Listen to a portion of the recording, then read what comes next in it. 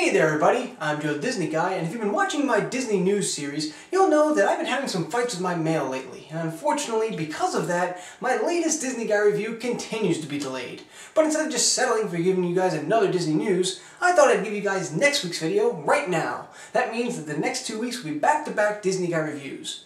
So now that all that's out of the way, we're slowly creeping towards the end of the Wartime Era, and with this in mind, it's high time we look at one of the shorts that define the era. So without further ado, let's look at Donald's adventures through Naziland in Der Fuhrer's face. So back when America was involved in World War II, propaganda about the war was everywhere, particularly in pop culture. Whether it be TV shows, movies, or music, just about everyone was helping with the war effort. One song that began to gain popularity around late 1942 was called Der Fuhrer's Face. Written by Disney composer Oliver Wallace and performed by bandleader Spike Jonze. No. Different Spike Jonze than the director. This one actually spells his name correctly. The song mocked Adolf Hitler and the Nazi regime. Being that Wallace worked for Disney, writers Joe Grand and Dick Huemer decided to write a short based on the song, first entitled Donald Duck in Naziland, and then changed to Der Fuhrer's Face, matching the song. The short follows Donald Duck as he lives and works in a totalitarian Naziland. Really, I look at the short in two distinct ways, as just a standard short and as a propaganda short. As a standard short, I think it's fine. There's not as much goofiness or even outright anger as we're used to from Donald, but the physical humor is still there, so I really can't complain. The surrealist animation towards the end as Donald has his nervous breakdown is fun to watch too, and considering that Disney had been experimenting with surreal animation at the time, I don't think it's as jarring as it was in some earlier ventures. Now, as a propaganda short, I think Der Fuhrer's Face works marvelously. It has all the elements of good propaganda. It mocks those who you're supposed to be against, it points out the absurdity of what they're trying to achieve, it shows off a negatively exaggerated lifestyle that they live, and in the end, it has the hero expressing his love for his country.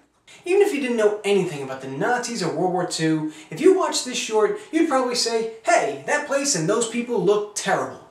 That is the sign of good propaganda. Evidently, others felt the same way about the short, as it won an Academy Award for Best Animated Short Film in 1943, and in 1994, Der Fuhrer's Face was named as the 22nd best cartoon of all time by a group of animation professionals. But what I find so fascinating about the legacy of Der Fuhrer's Face is that people tend to remember this,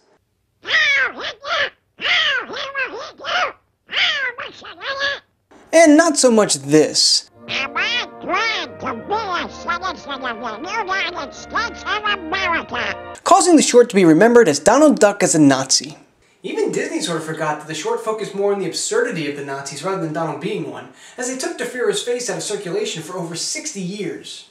Nowadays though, Der Fuhrer's Face is pretty easy to find, and it's definitely worth a watch, whether you're a history buff, a Disney lover, or even just a casual fan of cartoons. It's a real time capsule of sorts, a masterclass in popular propaganda, and quite simply one of your classic Disney shorts. Well guys, that about wraps it up for me this week. Short and sweet I know, but hey, it's better than nothing, right? Hopefully by this time next week, we'll be back on schedule with all the Disney Guy reviews. Hey, a guy can dream, right? Thank you all for sticking with me through this crazy month, and if you have any comments about this episode or the channel in general, leave them down below. Also be sure to check out last week's video, next week's video, and a special cameo that I made on another reviewer's channel. The link can be found right there, and a link to his channel can be found down below. Make sure you go and subscribe. I'll see you all next week. This place, behold, right in her Gordon's face.